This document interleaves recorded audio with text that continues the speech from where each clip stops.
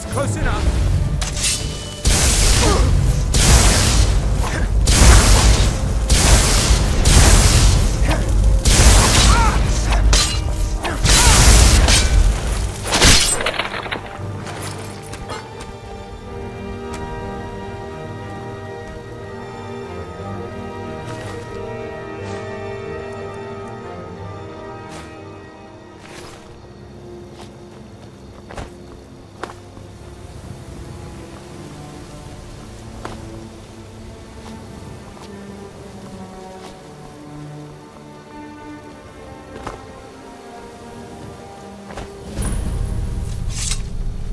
I'm glad you're here.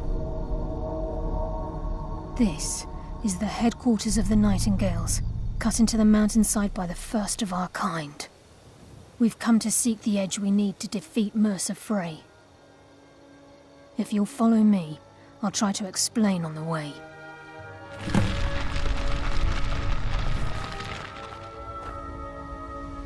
She's the mistress of night and darkness, and the patron of every thief in Tamriel. Nocturnal isn't one for worship and reverence. There are no priests and no sermons, no services and no alms. She influences our luck, and in return, demands payment. You're closer to understanding than you realize. The only difference is she doesn't demand payment in the traditional sense, and sometimes the cost can be quite high. Whether you know it or not, Nocturnal dictates how well we perform as rogues. Again, you have to think differently. Haven't you ever noticed how our luck behaves? Like a novice picking an impossible lock, or a blind man suddenly turning to face you as you reach for his pocket. It's through these subtle means that Nocturnal influences us. Nocturnal's whim is the greatest mystery to everyone.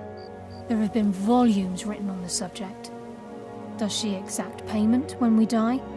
When we suffer, does she revel in our misery? No one knows. The return certainly seems worth the risk, though.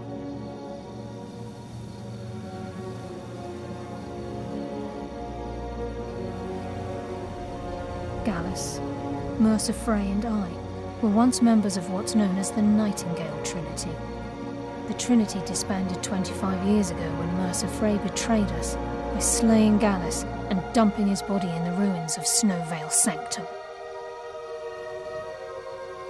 Indirectly, the Trinity is usually selected from the ranks of the Guild, although its existence is a closely guarded secret.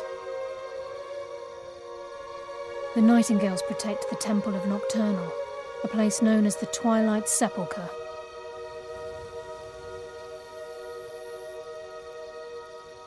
From the moment you were struck with my poisoned arrow at Snowvale Sanctum, my path changed its course. Perhaps I couldn't bring Mercer back alive, but together we were able to clear my name and to put Gallus's memory to rest. I'd always intended Mercer's fate to ultimately be decided by the Guild, and it seems they've spoken. It's my hope that you will, yes. This way, please.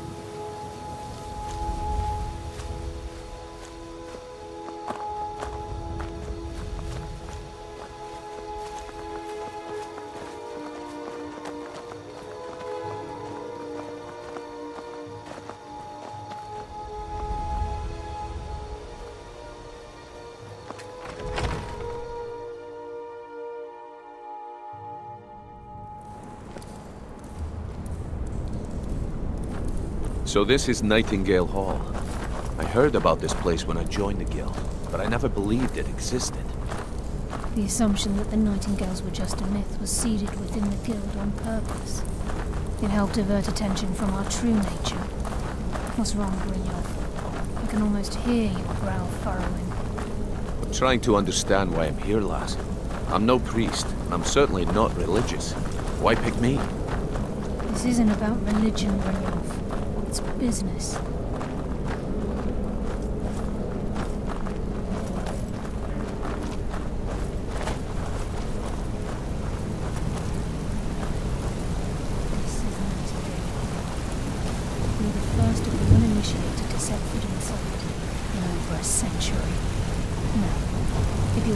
proceed to the armory to don your Nightingale armor, we can begin the oath.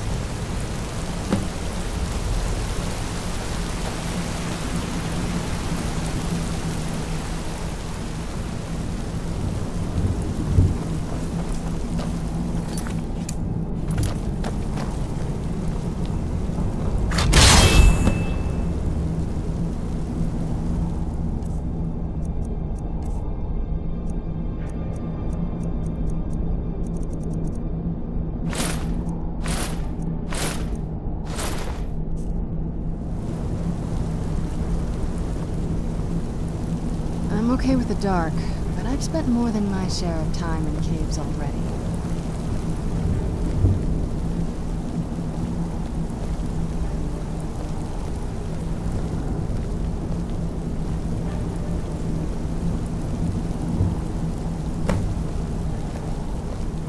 I think we should trust the lass and take the deal.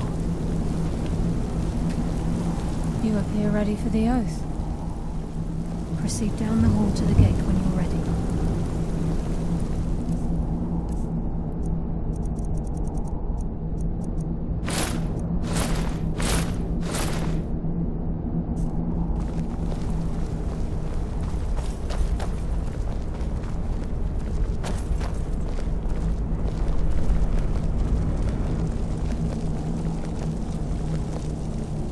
Okay, lass. We've got these get-ups on. Now what? Beyond this gate is the first step in becoming a Nightingale. Whoa there, lass. I appreciate the armor, but becoming a Nightingale? That was never discussed. To hold any hope of defeating Mercer, we must have Nocturnal at our backs. If she's to accept you as one of her own, an arrangement must be struck. What sort of arrangement? I need to know the terms. The terms are quite simple, Brynjolf. Nocturnal will allow you to become a Nightingale and use your abilities for whatever you wish. And in return, both in life and in death, you must serve as a guardian of the Twilight Sepulchre. Aye, there's always a catch. But at this point, I suppose there isn't much to lose. If it means the end of Mercer Frey, you can count me in. What about you? Are you ready to transact the oath with Nocturnal? Good. After I open the gate, please stand on the western circle.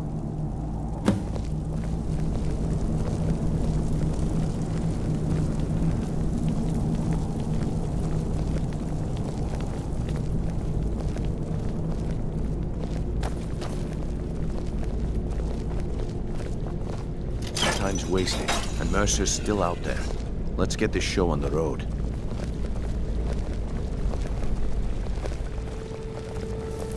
I think we should trust them.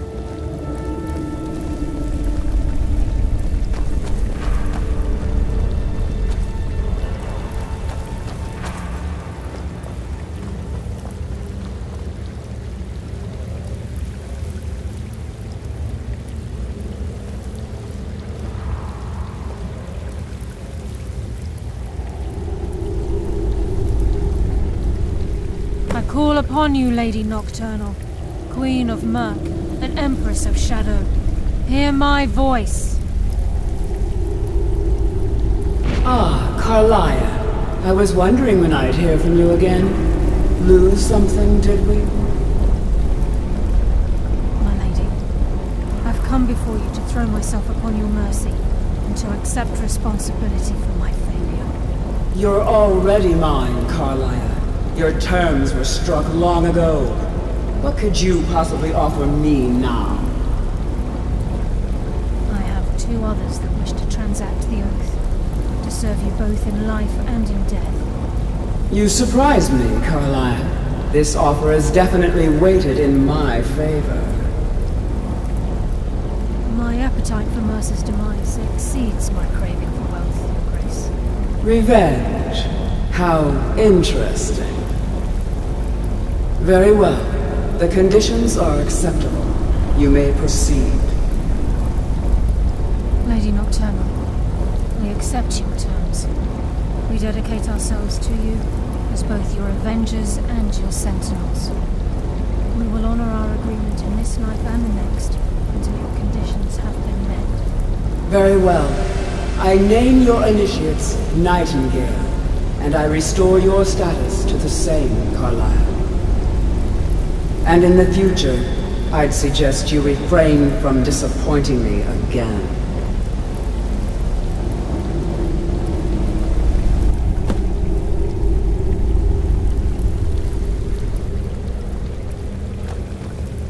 Now that you've transacted the oath, it's time to reveal the final piece of the puzzle to you.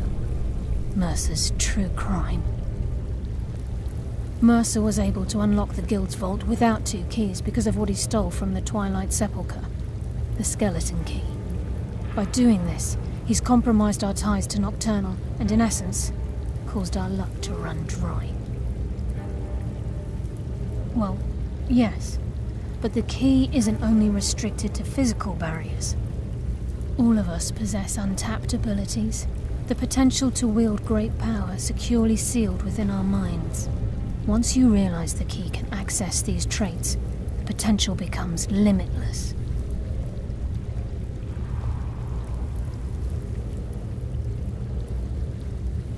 Although it would benefit the Guild more than you can imagine, in the end it would do more harm than good. If the key isn't returned to its lock in the Twilight Sepulchre, things will never be the same for the Guild. As time passed, our luck would diminish to the point of non-existence, and whether you know it or not, our uncanny luck defines our trade. Very true. In our line of work, it's quite rare we set out to return a stolen item to its rightful owner. Before we depart, Brynjolf has some business to discuss. I suggest you listen to him. Listen, lad. There's one last piece of business we need to settle before we go after Mercer. The leadership of the Guild.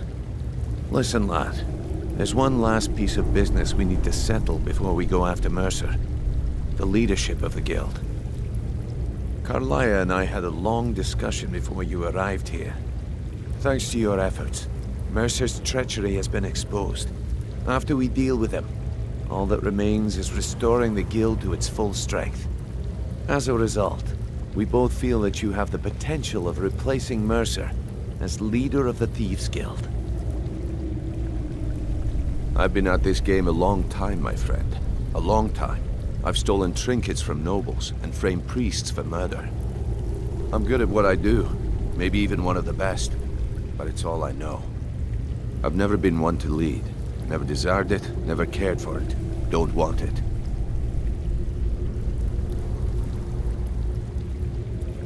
Ha! Spoken like the leader of the Thieves Guild. Just don't lose yourself in the role. We have a bit of an errand to run before your coronation. Then it's decided. When this is all over and Delvin's contacts assure me that we've regained our footing in Skyrim, we'll handle the details. Until then, we have quite the task ahead. I've been poring over the plans you brought us, and I'm convinced the eyes of the Falmer are in the Dwarven ruins at Erkenthand. Carlaya and I will meet you there. Prepare yourself, lad. This will be a fight to remember.